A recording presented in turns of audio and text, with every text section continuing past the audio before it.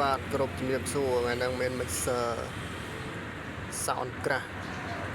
មកដើមបងប្អូនណាមួយទឹកនេះតែនៅថ្មីខ្ចី 99% បងប្អូនទឹកស្រីនេះល្អបងប្អូនស្រួលប្រើងាយស្រួលប្រើអេកូច្រៀងពីរោះធន់បងប្អូនណាសម្រាប់បងប្អូនយកទៅលេងលក្ខណៈគ្រួសារឬក៏ជីវកម្មខ្នាតតូចដូចជាក្រៅអូខេតាមហាងច្រៀងអីធម្មតាបានបងប្អូនណាស្លេងម្ដងនេះល្អហើយខ្ចីញ៉ៃបងប្អូនសម្រាប់បងប្អូននៅក្នុង YouTube គឺចុច Subscribe នឹង Channel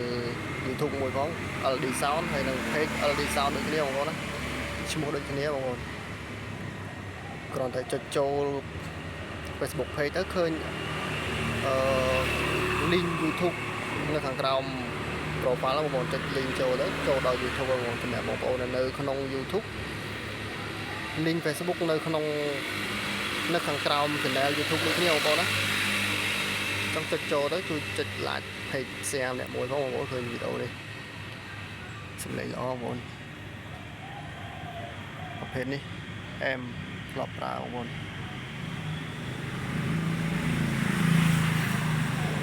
សម្រាប់បងប្អូនដែលត្រូវការអាចតាក់ទងបានមើលមកជុំទៅ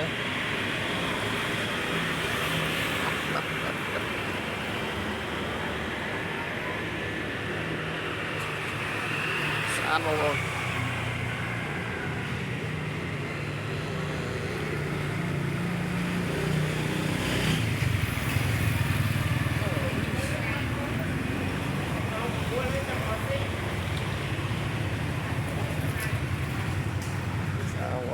មកឈុតនេះមកក្របនេះអែមស្រែមតែម្ដងបងប្អូនណាคนច្រើនពីវា